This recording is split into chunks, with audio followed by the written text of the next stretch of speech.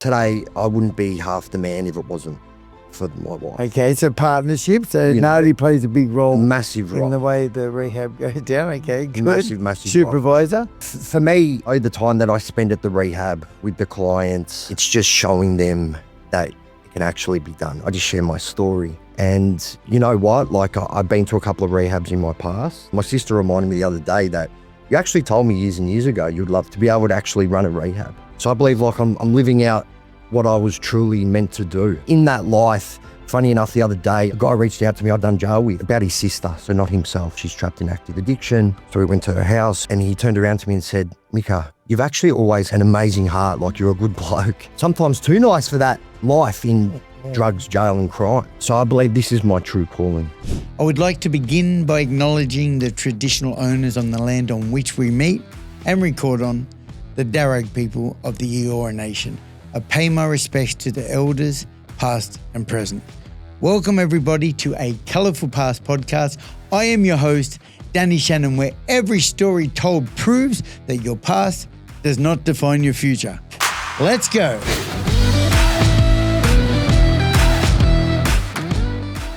Guys, welcome back to another episode of A Colourful Past Podcast. Today, before we get started, before we go to these two legends, we have the sponsors of this podcast, both Mick Condello and Nadia Condello from Rewire Realign. Now, if it wasn't for these two individuals, this podcast may have never taken off. Welcome to the show, Nadia. Thank you. Good on you, Mick. How you doing? I'm good, thanks, Danny. Yeah. Thank you. Yeah, no, thank you. Our beautiful logo, our cups, our sign, the studio, 26 episodes, and we finally get you guys in here. Yeah, and I'm grateful to be here, honestly. No, thank you, Danny. You've been a massive part of my journey, actually. Yeah. So I appreciate it. Yeah. We're glad to be a part of this amazing podcast. Yeah, well, yeah, thank you so much. So Mick's got quite the colourful past himself. We're going to dive a little bit into that story too. And I believe, Nadia, you have, you would say a colourful past, but you certainly have a lot of experience working in the industry. In the medical industry, yeah. This was a bit of a jump across to rehab. But yeah, I would say a bit of experience. Well, yeah, so in the medical industry, from my memory, and when we very first connected, I helped support an event that you guys run, which is actually coming up again soon this year. I mean, I heard you were involved in a bunch of medical centres, and then you start opening up this rehab, Rewire Realign. You got me, Glenn, out there last year and Gaz to help promote the opening of the rehab. Yeah. How's it going? Rehab is going amazing. Like, it's just amazing to see the transformation in so many people. That's the best part, isn't it? Yeah. And knowing that your program works, like, you know, you have faith and you know you get the right people in, and it's just good to see that it works. It's very validating for all the work that you put in. Yeah, 100%. And Mick, you interestingly enough sort of fell into this space as well. You're an owner of a rehab now, doing well in your recovery, and you're someone who spent a long time in jail and in addiction. Yeah, correct. I like, obviously I come out of a rehab myself. Yeah. I'm 356 days clean. All right, wow. Currently. So let's touch on that. So hang on, that's nearly 12 months. It's almost 12 months. Almost 12 months clean, and you're an owner of a rehab. That's pretty fucking extraordinary. It is. Isn't it? It is. Yes. I believe that I can give our clients a lot at this stage, right? I believe it's like an evidence base. They can see somebody. I spent 25 years in active addiction. Yeah. Right? I first picked up marijuana when I was 13. I first started smoking heroin when I was 14. Mm-hmm. Shooting it up when I was 15. Mm-hmm. Got locked up when I was 16. That's my story. Right? Yeah. Yes. And, I'd done 9 months there in YTC back in Victoria. I got out, got on the methadone, right? Yes. I spent about 15, I was a heroin addict for 15 years, right? I was on some sort of opiate replacement for, I think, 17 years. Wow. Right?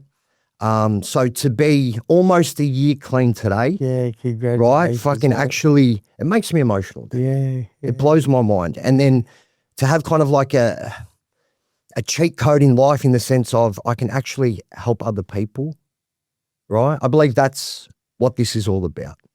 Yeah. People come into our rehab very broken. I can relate to that. Yeah. And to sit there and tell them that it's going to be okay, right? We have an emotional problem, us at Hicks. We can't deal with our emotions, right? When I was a young child, I was a very sick kid, right? I suffered 2 bouts of pneumonia. I had childhood epilepsy, and I had Bell's palsy where one side of my face got paralyzed, right? And I think out of that, I got panic attacks and anxiety through that, right? I was molested as well at a young age, right? You what? Molested as well at a young age by a woman, right? Which for a while, I didn't think there was something wrong with that in the sense, right? How old were you, Mick? I was 8 years old, right? And because it was a woman and then talking to my friends, like, you know, a little bit in my early teens and stuff, it's like, oh, good on you, bro. So you spoke about it. I spoke about it to a couple of friends, right? And I just didn't realize there was anything kind of wrong with that, right? But yeah, like today, I've done a lot of work on myself, right? And today I can sit with my emotions, good, bad, or ugly. That's the number one thing I've learned, right? So when you're having a shit day, it passes, right? When you're having a great day, that also passes, but it's okay. It's okay to not be okay sometimes, Dan. Yeah, so this is the type of stuff that we pass on to our clients, right? And yeah, like I spent about 5.5 years in prison. I remember when I went to YTC, because living that life, I thought like I made it in a sense, right? When I went to adult jail, again, like I was you're constantly surrounded by people, right? And all my friends were a part of that life, okay? So when you say you feel like you made it, you mean like you made it to jail? Like it's like a false sense of it's like a rite of reality? passage, yeah, false sense of reality, like a rite of passage in that life. Like you made it, like I don't know, what was it that you meant? I think being locked up as a kid as well, what I was looking for is a sense of connection. Yeah, man. Right? That's what it was. Right? And so I found that connection in the wrong places. And I continued that on the outside. Right? I didn't get locked up again until I was 29. Right? I jumped around. I remember when I was 20 years old, my parents sent me overseas, right, for 9 months to try and I'd done a rapid detox back in Victoria, right, to get off the methadone and the heroin. Where'd you go overseas? Not Israel? No. I went to Italy and England. Okay. Right, for my family in both places. What was that naltrexone injection back in, or the rapid detox? The rapid detox, the implant. Oh, when it first came out, it was just this. God, I remember those. It was hell. Yeah. It was fucking hell, that rapid detox. Yeah, mate, I've experienced some early onset withdrawals, as they're called. They bring it on instantly. It's like being narcaned. I think. Yeah, so I remember doing that in Italy. No, I've done that. Yeah, I've done that. Well, sorry, Melbourne, place in St Kilda called First Step. I don't believe they're around anymore. Just in a back room, and there was 30 mattresses on the floor, right? And they put an IV drip in you, give you liquid Valium, then naloxone, right? And then I just did not really remember anything else. I just remember just that intense withdrawal. I'm sweating. So it's the one where they kind of knock you out, was it? Kind of. Okay. But you're still with it. Yeah. I remember then I jumped off 30 mils of dome and like a gram a day heroin habit back then. Did it hurt? Like, did you get the back pains and stuff? I just remember constantly sweating. You needed a carer, my sister come with me. And she said, was there medical people there with you? There was a doctor and a nurse, yeah. But there was 30 people there in that back room. and I'll never forget, like, I kind of come out of it. Wasn't it like $5,000 a pop back then? Yeah, I think so. 3.5, I think. Yeah, I remember. That's crazy. You experience any of that stuff in your medical profession? I mean, when I rang the biggest methadone clinic in Frankston, Yeah, a couple of times, like they'd come in and go, "Oh, like we're starting to get the back pains and help me before it gets worse." And I was like, because when I took over the Frankston Healthcare, all my life I'd done normal GP work. And so Frankston Healthcare was at the rehab, the methadone clinic. yeah, the methadone clinic that closed down. That's what So it's called, yeah. I was a little bit innocent. Like, yeah, I worked in like when I was younger, I worked on Smith Street in Collingwood. And I was like 18, 19, and my mum was like, "Oh, be careful. There's a lot of people on heroin down there." And I was like, okay. Yeah. And I remember one day walking down, I just saw a group of Indigenous people and they were just gone. And I was like, I just quickly ran into the Coles and I was just so innocent. And then when I started at Frankston, I was like, wow, like, yeah, like people just, please, I need something now. And the doctor was really good. The doctor there was really good. He was like, yep, straight, here's a script, go get strips, go get methadone, get whatever. But seeing the pain in them, like, yeah, that broke me. But yeah, I was so innocent when it came to that. Like all my medical was just normal GP. The Frankston Methadone Clinic was one of the biggest ones. In Victoria, yeah. How many clients did they have? Oh, God. We had... Like 100? More? No, more. We were seeing like 800 people a week, plus 5 to 6 jail releases. 5 to 6, 800 a week. So that would be daily, wouldn't they? Daily, we'd see at least 2, 3. Whatever. I'm thinking back to my days on the methadone. It's been like 16 years. The strips weren't around then, so we all had to come in and get our dose, unless you got takeaways. And at a public clinic, Jacaranda House in particular, Liverpool Hospital, well, I wasn't entitled to takeaways because I would abuse them. So most people would have to come to the clinic. So there's a whole nother world. The clinic is people on them selling pills, getting their methadone, hanging out the front, and they normally security guard would be there moving them on. It's another life, I guess, for you to come into that, wasn't it? It was amazing. I actually loved it. Do you know what? I loved going there because the people were real. Yeah, and you'd walk in, "Hey, Nards, how you going?" "Yeah, good. Did you get your methadone?" Yeah, we saw the doc. "Do you want anything?" They'd go get us donuts and chocolates and bring it into the clinic. Like, we actually never had any issue with recovering heroin addicts. We did have a couple of issues with ice addicts, and the doctor was like, "I can't do anything for you." Like, they would get abusive. And then our clients, our ones that were coming in for methadone, would come in and be like, "Don't touch Nadia, don't touch her stuff, get out." Like, they'd, have this little war. But, it was really sad because there's, I think, only 9 pharmacotherapy doctors left in Melbourne. And it's sad to think, like I've been in the medical industry for over 23 years and I love my doctors. I've still really good friends with a lot of doctors. They're part of my family. And the one thing that they say to me is like they're scared. They're scared of the regulations, APRA, their registration getting taken away because of these people that need help. And it's not because they don't want to treat the client or the patient. It's because of the red tape that's associated with it. By so many rules. And and also it's not textbook. Like the doctor that was working at Frankston, he really opened my eyes and he was like, so APRA tried to take his registration away and then said What's APRA? It's a regulatory body where they so they all get a number and they have to be registered with APRA that allows them to practice. They're the peak body that looks over the methadone distribution. Is that? Or doctors. Okay. Psychologists, psychiatrists, And he made me realize, he made me realize that nothing is textbook. So APRA came at him because they reckon he was dosing too much Valium or too much methadone and his thing was that addiction and recovery is not textbook.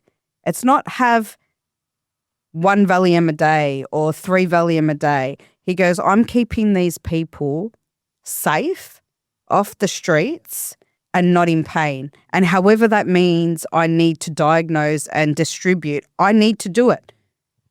That wouldn't go down well with... It didn't. They ended up giving him an apology, and he didn't have his registration revoked because they knew. Because when we went into turmoil, when we were shutting down, like even Dan Andrews had nothing to comment, which was, the Premier of Victoria. I had shadow ministers. I had Alfred Hospital. I had CoHealth reach out to me. I had Harm Victoria. What is it? Harm Reduction Victoria reach out to me. I had the PAMS unit. The PAMS unit were inundated. They were like, what are we going to do with these patients? So you're 800 patients, you mean, for the clinic? At the week, you got to think, we had close to 10,000 addicts. So it's more, and then they want to close it down. Well, we closed down because we had no doctors. What the fuck do they do with all of them people? Yeah, that would be like a war zone. 100%. It's kind of like when the drought hit in Cabramatta, like all these heroin addicts had no drugs to buy and we had to get on somehow. Yeah. People started abusing, and we're very resourceful addicts. We find another way to get high. Goodness.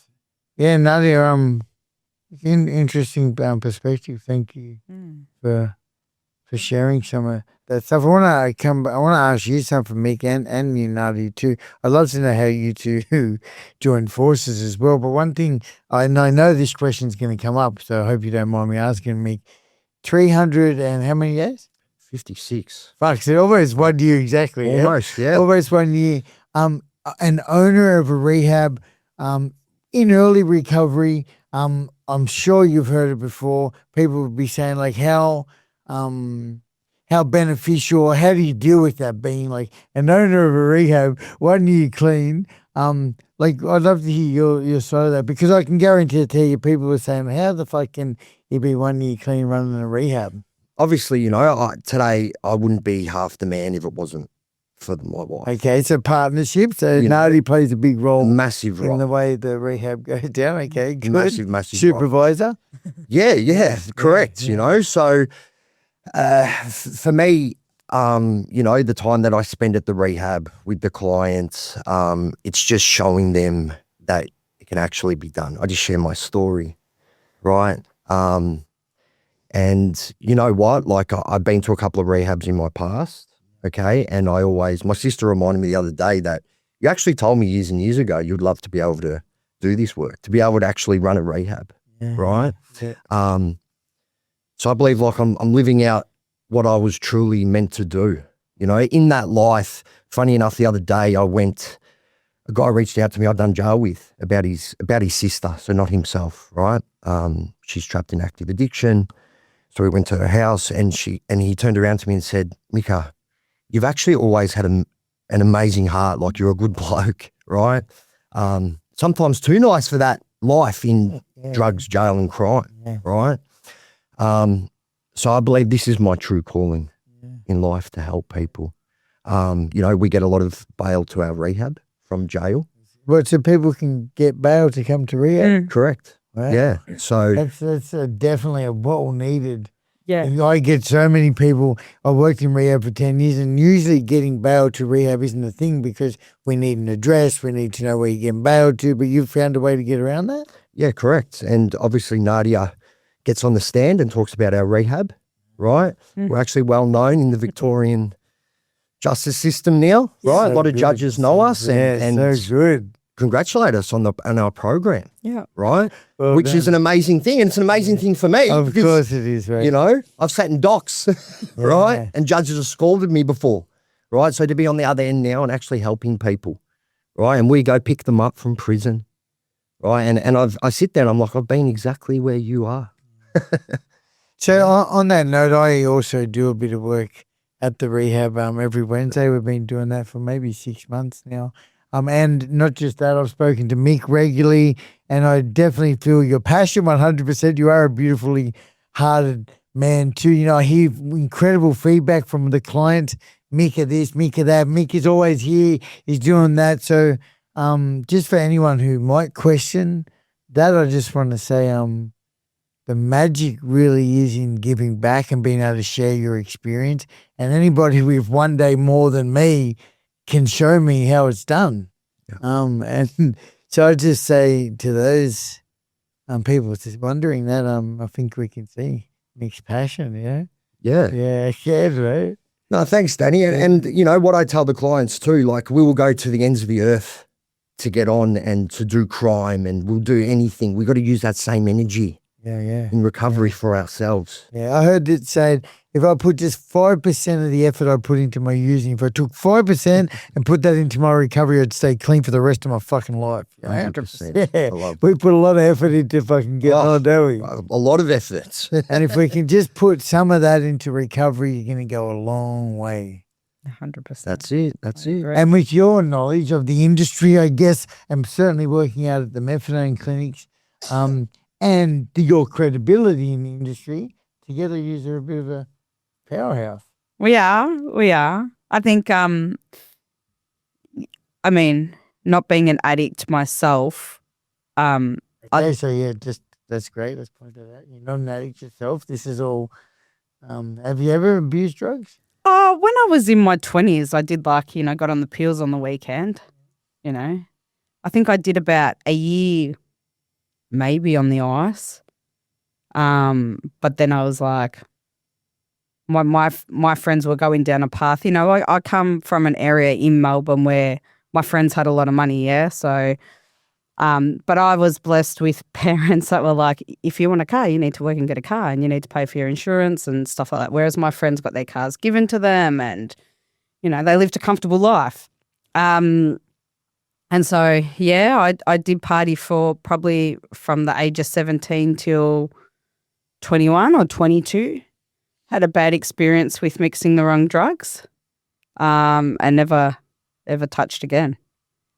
Changed my friendship group, started hanging around people that were a lot older than me and that had businesses, and that drove me to open my first medical centre. And I reconnected with my friends in probably my early 30s. So there was a bit of 10 years because they were still partying. They were still on the coke on the weekends and stuff like that. And I was like, I don't have parents that are going to buy me a house, and, I had to think about my future.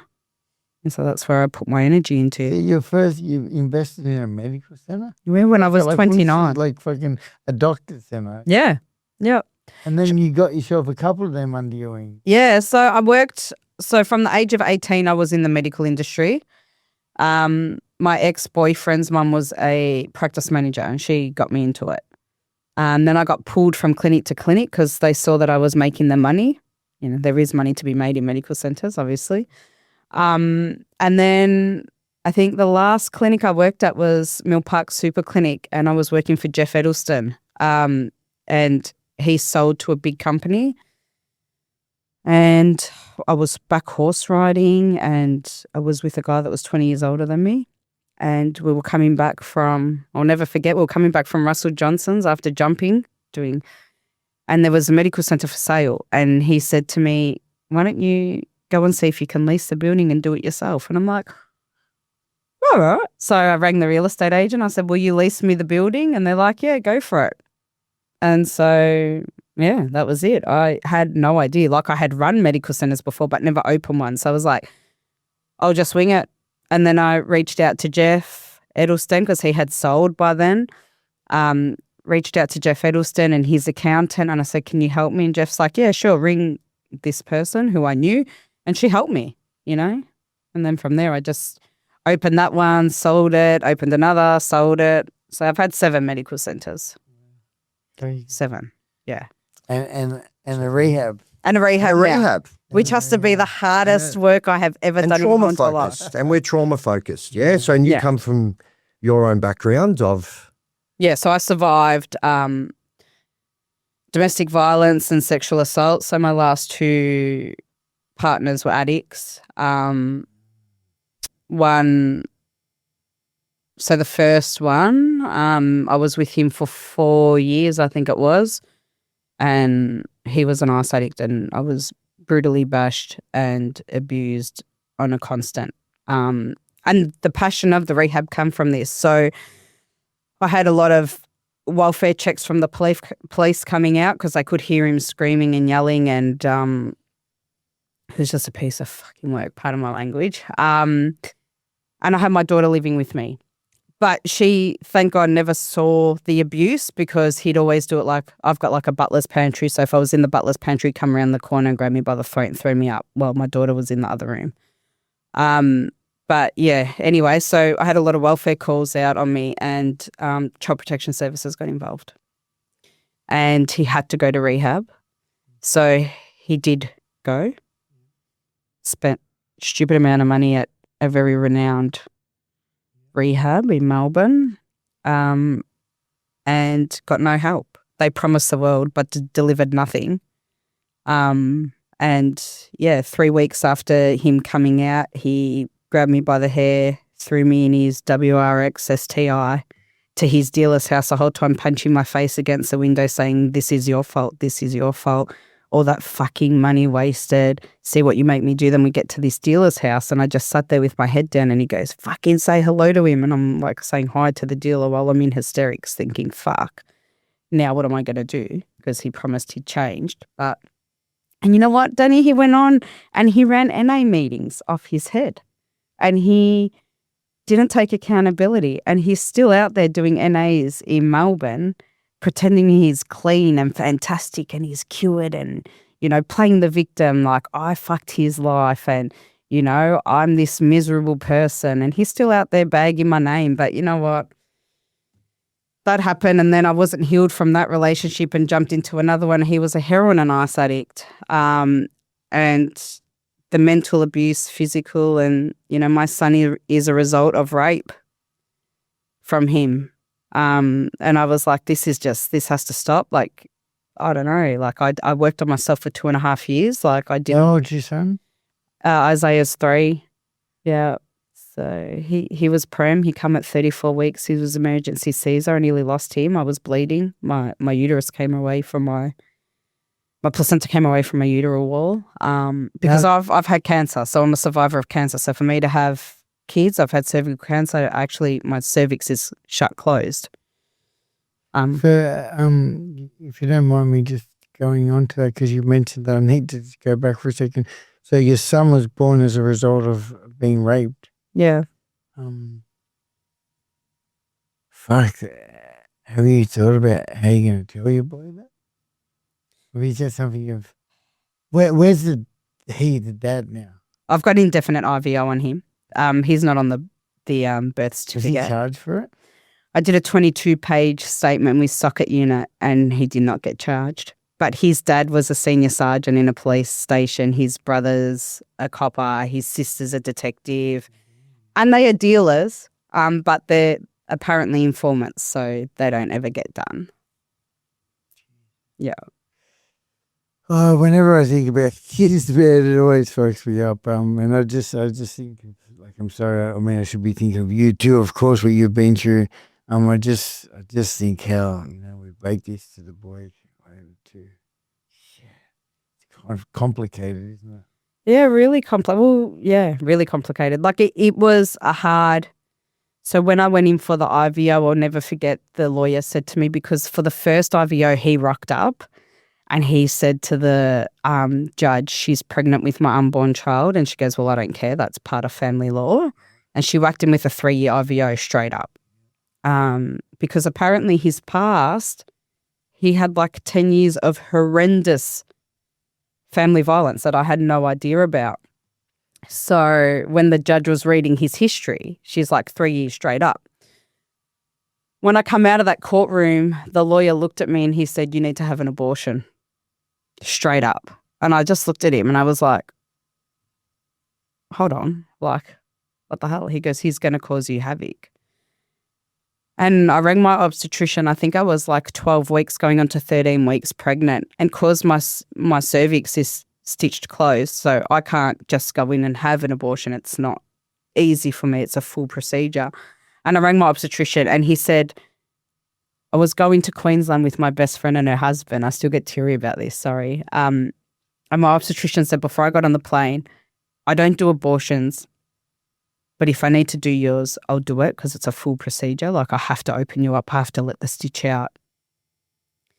And he said, "But you've always wanted another child." And he said, "I know the circumstance isn't the best and the situation isn't the best, but how about you think about it and I'll help you And I said, okay. So I went to Queensland, and my best friend and her husband, they're my rocks. Like, through all my domestic violence, Steph and Dom have always been by my side. Like, they're the most amazing people. Steph looked at me and Dom, and they said, we've got you. Whatever you choose, we'll be by your side and we'll help you. And so they are Isaiah's godparents. And I rang, and my best friend Steph said, ring the police, ring the socket unit and tell them what the fuck happened, you know? And I said, okay. So while I was in Queensland, I did all of that, and I made the decision, no, you know, it's true. I've always wanted another child, and, you know, he's a godsend. And so so he wasn't charged. No. He wasn't charged. Nope. He made a 22-page statement. And he was arrested. He was arrested and questioned. And quizzed. Same with my first. And his family are the cops. Yeah, so his dad was a senior sergeant. His brother's a cop now down in St. Leonard's. So all of a sudden, his sister's a detective. And I'm not the first person either. There's another woman. There's another 2 women that he's been accused of rape before. Not charged. Not charged. And same with my first ex. 56 charges, Danny, of threats to kill. All black and white text messages. I'll cut you into 20 pieces. I'll burn your house down with you and your daughter in it. I'll cut your guts open and cut the baby out if you ever have a baby. 56 pages of black and white text messages of threats to kill. The only thing he got charged with was unlawful assault for spitting on my face. It doesn't make sense, does it? No, it doesn't. I think crooks like us, we're the ones who are getting raided and thrown into jail straight away. Get away with nothing. Yeah, I know. They did What the fuck? And yet this stuff is just so much more putrid than anything I ever did. Yeah. Did the first guy have realising the coppers as well? No, but so his dad got an IVO out on him. By the way, an IVO is in Sydney. I believe it's an AVO. Yes, AVO in Sydney. Right. IVO in Victoria. Same thing as an AVO. So what's the I stand for? Gosh. Intermediate or intimate? I actually don't. No, I don't know. I looked it up the other day. Yeah. Fuck. Yeah, no, his dad had an IVO on him. He had no things, but he did on his charge sheet, however, because I was showing Michael his charge sheet. He goes, what the fuck is this on his charge sheet? He was meant to go to jail, but he had this thing on his charge sheet, like he was too scared to go for his own safety. Yeah, for his own protection. I've never read that on when we've done time, we've seen a lot of boys' briefs and charge sheets and stuff and history on his paperwork, that for his own protection that he wasn't sentenced. Yeah. Might have paid some money. Oh, yeah. His friends had money. But yeah, and the police let me down a lot of times on him. So I bought a WRX STI for him to drive. He stole that. And then the police went to where he was running this NA meeting in Melbourne to get the car. And then he's like, no, I own the car. And the police let me down. The next day they lured him into the police station, took the car off him, and then I got the car back. But when I went for I've got an indefinite IVO on these two. So my first one and my second one. So when I went for my indefinite IVO on the first guy, the magistrate looked at the police and said, you need to explain to Nadia and apologise as to why this scumbag is not in jail with that many threats to kill. Yeah. And they just looked at me and they were like, I'm sorry. I'm like, well, it's too late now. Like, he's out on the street and he's doing it again. From what I heard, he's got another missus that he's belting. It's got small man syndrome. But, it's disheartening to know, like, there's so many women out there that get raped. Like, Eva and I went to the CASA unit and the lady had been a counsellor for 16 years in the CASA unit, which is the sexual assault, where you go for sexual assault therapy through the police. And she said only one case has ever been charged with rape because it's not black and white. Like, I remember going to the police and I was like, because he used to piss on me. And she's like, have you got video footage? And I said, like, and he wouldn't just piss, like I wasn't in, but like, so I'd go to the toilet and then he'd come and piss all over my stomach, all over my legs. I'm in the toilet. Like, why am I going to have my phone on me? The police are like, did you ever record that? Because, yeah, stop pissing, please, because I need to record you pissing on me. Like, come on, you know. It's so disappointing to know that it has to be black and white with the police. So sorry. Can I just, like, it is disappointing. On the reverse side, it really is a difficult one too, because we know fucking blokes get accused of shit that they didn't even do too. It's like, it's such a hard, like, I don't know, I'm not sticking up for, I'm just saying, like, I've heard also fathers who have been blamed for stuff that didn't even happen, or I'm sure some of it didn't happen, and you know, probably even getting charged by it. Yeah. So it's like a bit of a fucking... It blows my brain, like mine. Like, and I even say this to people, like, I think I did something on TikTok the other day because so many people call me and they're like, I've got an IVO on my husband or my partner, but then I've let him back in the house. And then, you know, I got an IVO and mine are both indefinite because I know I am married to the most amazing man now, but I am still fearful for my fucking life. Like, I will never forget the words that my first ex used to say. It might not be today, Nadia. It might not be tomorrow. It might be in 10 years' time, but I will find you and I will kill you. I will destroy your life. I fear for my life. When I got those IVOs out, those men were never stepping foot in my house or in my space again. But then there's these women out there that are like, they use it as an emotional tool. You know, I'm scared I'm going to get an IVO, but then I'm going to let him back in the house. And then if he doesn't get me drugs or he doesn't do this, I'm going to then breach him on it. No. Like, learn to break up with someone. If you definitely fear for your life, you don't let them back into your house. And it's not fair on the men that get breached because I love you, I miss you, come back. Like, do you know what I mean? It's a crazy thing. It's a crazy. It's, you can't quite comprehend it. It must be hard for you to hear all this. Oh, it is. I just imagine, like, you'd be fucking wanting to take the lorry to your own head. Oh, 100%, because from the life that I've lived, you know.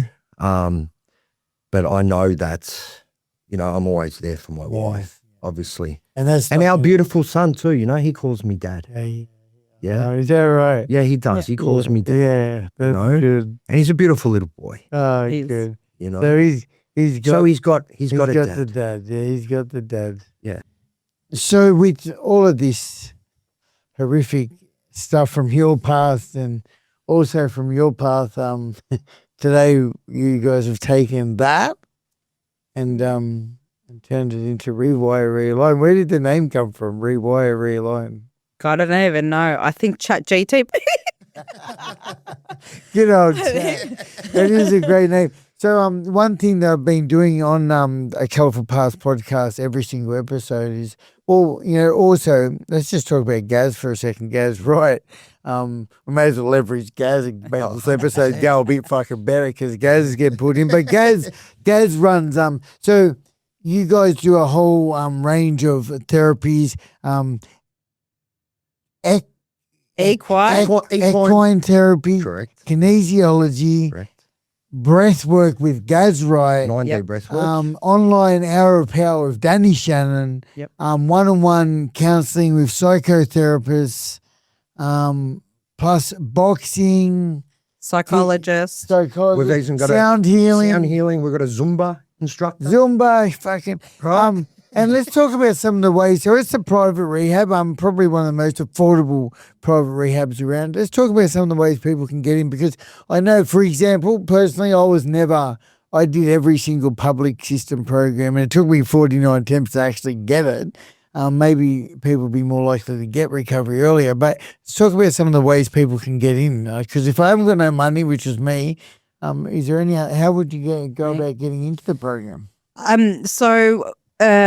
We've just linked in with a company called MediPay. So if you're on Centrelink and you don't have a good credit rating, I was, or I don't know, like your parents can go in the loan as well. And if you don't have a lot of super, because we do the super out as well, but they loan you the money, and it takes 4 years to pay it back, and they just take it out of your Centrelink payments. It's not a stupid amount, but so you can still live.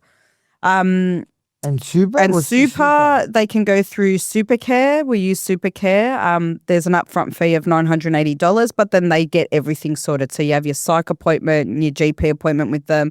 They lodge it to the ATO. Then they help you with your paperwork to give it to your super company, and then you get your money that way. I know it's a process to get your super out. It's got to tick all the boxes with the ATO and everything, and it generally takes about 6 to 8 weeks, depending on what super company you're with, to get the money out. But we understand that addiction, right, you want to come in straight away, right? So we just ask you to start that process, pay that initial fee, and we'll get you in. Oh, that's great. Yeah. And like that's very brave and very kind of you guys too, because I imagine, that's very, very nice thing to do. Yeah, because we understand. And that is what you guys are all about, 100%. Yeah, and we're like a family type atmosphere. Yeah. The opposite of addiction is connection. Then, mate. Yeah, Absolutely. right? When people finish the program, we get them to come back up. Yeah. Right. Again, it's that evidence-based thing that it actually works. Right. You do our rehab. You stay clean. You stay connected. I'm constantly, and Nadia too. We're constantly speaking to family members and the clients, ex-clients themselves. Right. Still till today. Right. And they come up and join in on programs. So we've just got this amazing counsellor at the moment who's come on board, and he also does our psycho-ed. So he does one-on-one sessions and our psycho-ed. And our psycho-ed's like a 200-page book, and it is everything. Core values, beliefs, boundaries, abandonment issues, codependency issues, anger issues, the Cutman drama triangle. It's like jam-packed neuroscience, how your brain rewires. It's full on. Tim, our counsellor, does it because he's a life coach as well and a counsellor. And the guys are like, by 12 o'clock, they're exhausted, mentally exhausted, because he's constantly prodding and prodding. And then we have the psychologist and then one-on-one counselling, which you don't get. You don't get public system 2 sessions a week. You don't at any other private rehab get 2 sessions a week with an actual counsellor or a psychologist. And they're all trauma-informed. Everything we do is trauma-informed. And that's the biggest thing that we promote and that we're known for as well, not only in the court system but privately, is that we are the best trauma-informed rehab. Well, that's so good. And by the way, like I see a lot of my connections, a lot of my mates, or people that I've been connected with online, always in supporting your guys' stuff as well. So, in the online presence, you guys have both built a community. It's cool, isn't it? It is. It's amazing. I love it. And hang on, is there a way to get in with NDIS as well? There are, yes, we actually had a client come through NDIS. So they just have to have the right item numbers. Yeah. From what I was told when that client came in, he had the right item numbers for mental health, and they can come through NDIS. Yeah, they might be under respite. I think so. Yeah, cool. So there's a bunch of different ways that people can fund, or you can hit mum up and you can always hit up the bank with mum and dad. Yeah. And look, as I mentioned, I've been working with these guys from Rewire Realign, both the owners and their clients for the past 6 months. I've heard incredible stories. I know some of the people that have completed the program keep coming back to my group on a Wednesday night. Keep coming back to your residence. It's the most incredible location as well, like up on a big hill in the bush. Yeah. Bundoora, Victoria. Not Bundoora, Victoria. No? What is it? In the northeast suburbs. That says Bundoora, but? No. Oh, it's not Bundoora. No. Oh. That's where... It's all right. It's all right. But it's in the northeastern suburb. Yeah. Oh, it's not Bundoora. Yeah. But near there. Shit, I've been saying Bundoora. I know, because... Why did I think it was Bundoora? Because that's where we did our event. Yeah. Yeah. But that's okay. And that's okay. Because it's not far from. It's not far from. Yeah. Right? So... That's funny. And we don't actually disclose our location. Good. Yeah. See, I'm throwing these out. Yeah. No. It's a good throw up. Yeah. So, no, it's a mad throw. Because we have a lot of victims of domestic violence come in for recovery and shelter. Yeah, and it's their safe place. Yeah. Right? So, yeah. But we're so blessed to be part of this. Like, you know, this space has given us an opportunity to meet amazing people like yourself, Glenn. Well, Guz, you were in jail with, so you've known Guz forever. Known for when I first met him, 2015 in jail. And I know Gaz loves you. Yeah, and I love him. Speaks so well. Yeah, he was the best man at our wedding. Yeah. I remember him in his little suit there. Yeah. So, you know, I've known Gaz for a long time. We've done jail together. We actually used together when we got out, right? He got out first and I got out later. And now look. Yeah, man. Right. And Gaz early on said to me, you know, before I got clean, almost a year now, like, she tried to help me get clean, right? And he actually turned around to me and said, oh, you're probably going to be a veteran for the rest of your life. And this is coming from a good place, right? And I was hoping, I believe he was hoping for just fucking get it, mate. You know? So to be able to work, we see him every fortnight. We do 9 deep breath work with him every fortnight. To see the growth in him. And then he, in turn, like he goes, Mick, I love you. Yeah. I knew you had it in you, right? You know, but at some point I was like really worried for you, mate, you know? So, no, it's a beautiful thing. Beautiful, beautiful thing. And 16 years clean. Yeah. Danny, like, you can't ask for better people on your side than people that have actually done the hard work. And you know what? There's no ego, there's no bravado, it's just genuine wanting to help people get clean. Excited to be in the position that we're in, you know.